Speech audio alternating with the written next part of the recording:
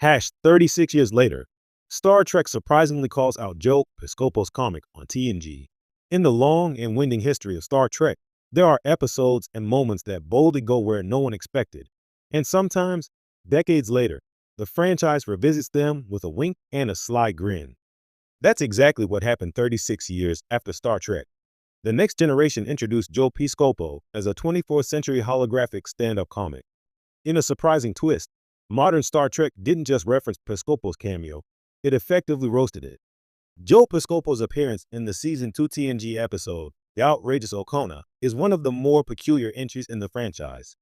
Intended as comic relief, his role as a holographic comedian teaching Data about humor has since become infamous among fans, not for its success, but for its cringeworthy awkwardness. Now, decades later, Star Trek has finally acknowledged what fans have long suspected. That scene was never funny, and not even the 24th century could fix it. In 2024 Star Trek, Lower Deck Season 4, the franchise's animated, self-aware love letter to Trek canon, a particularly meta moment references the infamous Piscopo scene. As the Cerritos crew explores a derelict holodeck buffer, Ensign Rutherford activates a corrupted program titled Stand-Up Comedy Routine S3. A hologram stutters to life, beginning a joke with, "So what's the deal with transporters, am I right?" before devolving into static.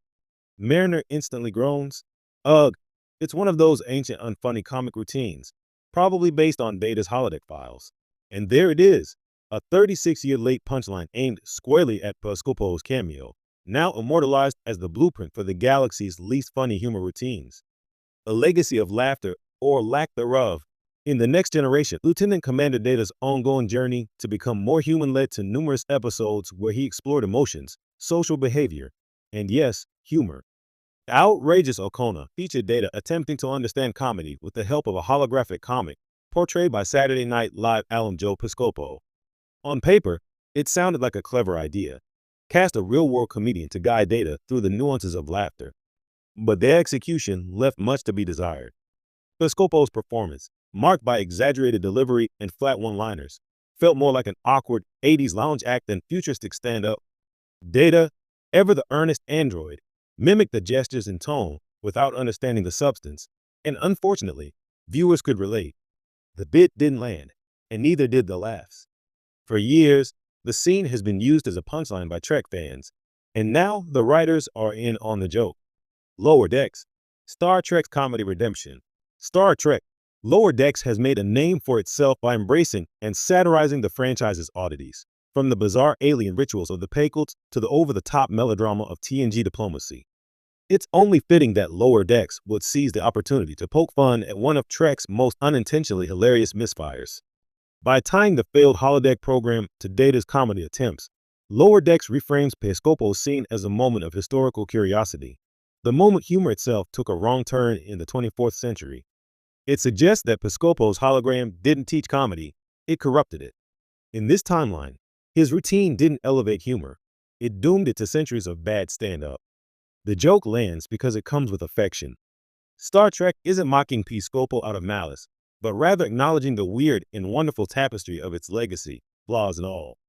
After all, Trek has always swung for the fences, and sometimes it misses. That's part of the charm. Revisiting The Outrageous Okona in a new light. Interestingly, The Outrageous Okona has had a minor resurgence in recent Star Trek lore.